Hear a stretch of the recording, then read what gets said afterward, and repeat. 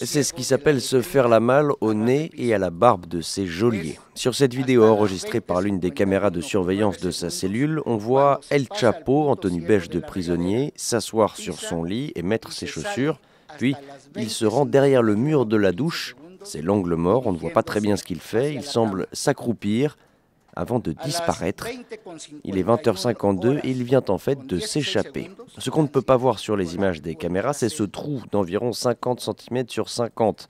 Un trou qui mène à ce tunnel d'1,5 km creusé à 10 mètres de profondeur. Un conduit éclairé tout du long, équipé d'un système de ventilation et d'une moto installée sur des rails qui servaient à extraire la terre et acheminer du matériel.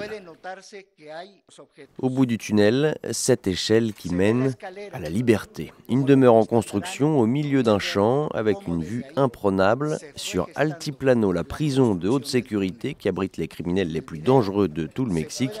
Une prison dont El Chapo a pourtant réussi à s'échapper. Une évasion humiliante qui ridiculise les autorités mexicaines. Il est impossible que le baron de la drogue n'ait bénéficié d'aucune aide à l'intérieur de l'établissement. Le bruit des travaux pour creuser le tunnel aurait dû éveiller les soupçons. De plus, en mars dernier, une brèche dans la sécurité de la prison avait été constatée. Une femme avait réussi à rendre visite à Guzman avec une fausse pièce d'identité.